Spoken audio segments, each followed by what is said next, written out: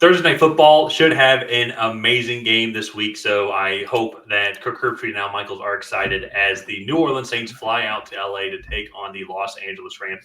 Both of these teams are 7-7 in an intense NFC Wild Card battle. A lot of teams are still in the hunt here. Both of these teams had huge wins in Week 15. The Saints had a dominant victory over the New York Giants. Very efficient, probably one of the better games, I would say, just end to end that the Saints team has had all year. Then the Rams have been coming on strong and beat the Washington Commanders 28-20 at home.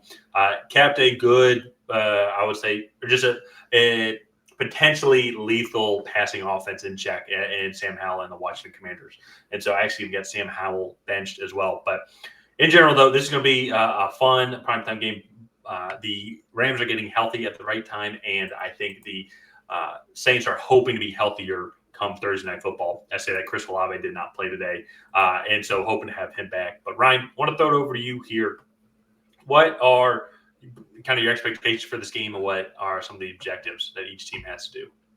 Yeah, and I'm going to stick with my regular adage that I say on Thursday Night Football, and these games usually come down to who has more playmakers, right? Because it's a short week. It's really hard to game plan, so a lot of times you're coming in with a very basic approach to these games, right? Try to make minimal mistakes, keep the game in front of you on the defensive side of the ball, and then you're kind of doing a lot of similar things that you've tried to work into the offense in previous weeks, just in I guess offense and defense. But that's just because you play a game on Sunday, then you have Monday, Tuesday, Wednesday to get in the locker room, get treatment, practice, set up a game plan, and then come in on Thursday. You're doing a walkthrough Wednesday, come in on Thursday, and actually play in a game again.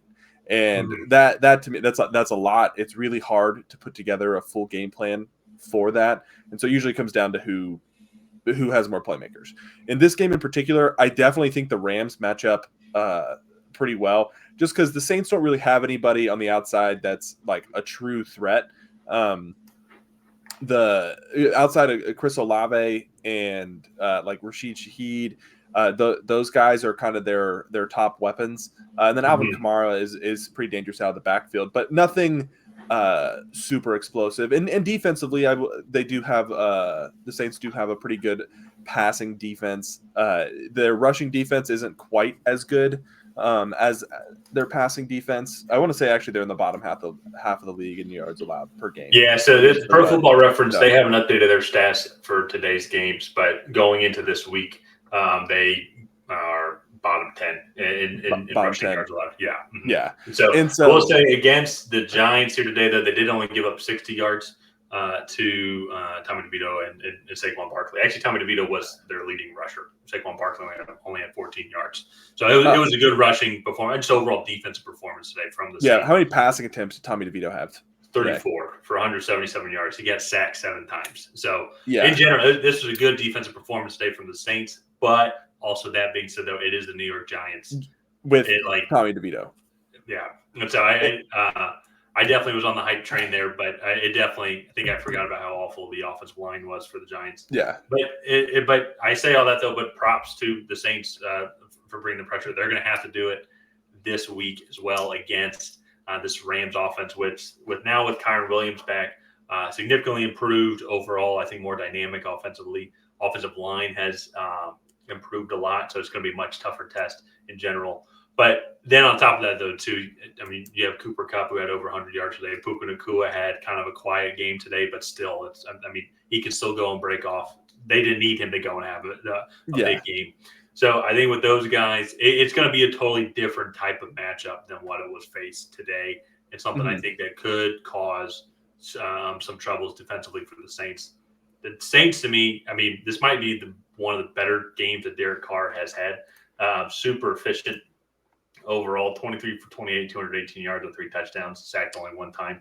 Had a QBR rating or just an overall rating of 134.8. Just a phenomenal overall team performance, I say, from the Saints. And they need to just keep those up at least final 3 weeks, because they have a tough schedule going up against the Rams this week. And I think, do they play the and then they play the Buccaneers on New Year's Eve, And which then is the looking like Falcons. that's going to be for the division. And then the Falcons game, it's It's a division game. You guys always play them tough. So yeah, week 18. We'll have to see though. We'll have to see. Saints fans are probably happy that this Falcons fans not looking forward to that week 18 game. Yeah. But no, I think it's going to be a good matchup. Both of these teams are clear. They're both 7-7. So this is going to have some pretty big playoff implications, especially. Yeah. Are both of these teams in the playoffs at the moment? So as of right now, so the Rams are 7th and the Saints are 8th. Yeah, in the playoff race.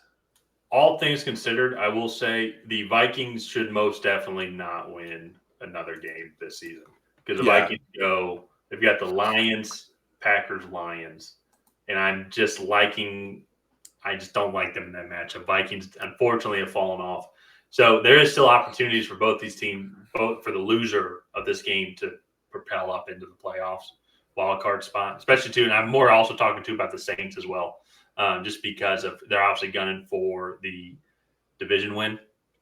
And then there's still a lot of opportunities still, I think, for them to make the playoffs. But the Rams is like it's wild card or bust. I think actually the 49ers even locked up the division today. What's the Z clinch division? Yeah, so the Niners actually locked up the division today with their win against the Cardinals. So only way for them to make the playoffs is through the wild card, while the Saints still have other avenues. Yeah. So it's going to be a good Thursday night football game in general. One of the better ones in the Amazon Prime era. Is this the last one? Potentially. Let me give it a check. Week 17. This is the second to last. New York Jets versus Cleveland is the final one. Yeah, there's no games. All games are on January 7th in week 18. So it's going to be good. Prime Video game. And so with that being said, let's get on to our predictions. But before we do that, if you have not already, like, subscribe, and ring the bell to get notified whenever we create new content. Ryan and I, we have one final goal for the season, and that is get to 2,333 subscribers. Reason why we chose that odd number is if we hit that number, we would have grown our channel with 2,000 new unique subscribers to the channel in a calendar year. Currently sitting at about 2204, so we're about 130 or so away, 129 to be exact. So any help is greatly appreciated. So like, subscribe, help us reach our goal, and join our growing football community. And Ryan, who do you have winning this game? So I'm going to go with the Rams in this matchup. I just think they're playing more consistent offensive football. Also, being on a Thursday night, I think Sean McVay and this offense are going to be able to scheme up some things that really kind of can come in and stifle this Saints defense versus the other way around. The Saints O-line hasn't been super great this year in pass protection. I think Aaron Donald is going to come in and be a pretty dominant force. And yeah, I just think the Rams are going to be the better team. Kyron Williams should have a nice day as well on that side of the ball. I can see it going either way. The Saints have won some unique games this season, but I am also going to go with the Rams as well. I just feel like the passing attack is going to be a little bit too much for the Saints, who are also missing Marshawn Lattimore, who's on IR. I guess week 12, so the 13, 14, 15, 16. So no, he's still out for this game if I'm understanding the IR 12. I think he's eligible for return, but I think he has to. You would know if he's eligible to return for practice. Well, so that's I guess it's like I didn't know if it was like.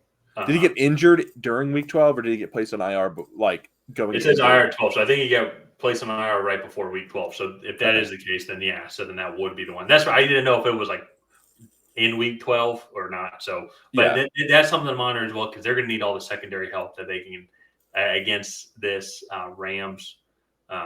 Just super quick a receiving core. Even into, I don't even know. I need to double check to see. Tutu Atwell did not play today, but DeMarcus Robinson replaced him, and they just more speed, just a lot more speed that they have in the receiving room, which makes that offense super dynamic. So I'm going to go with the Rams in this one in a good battle.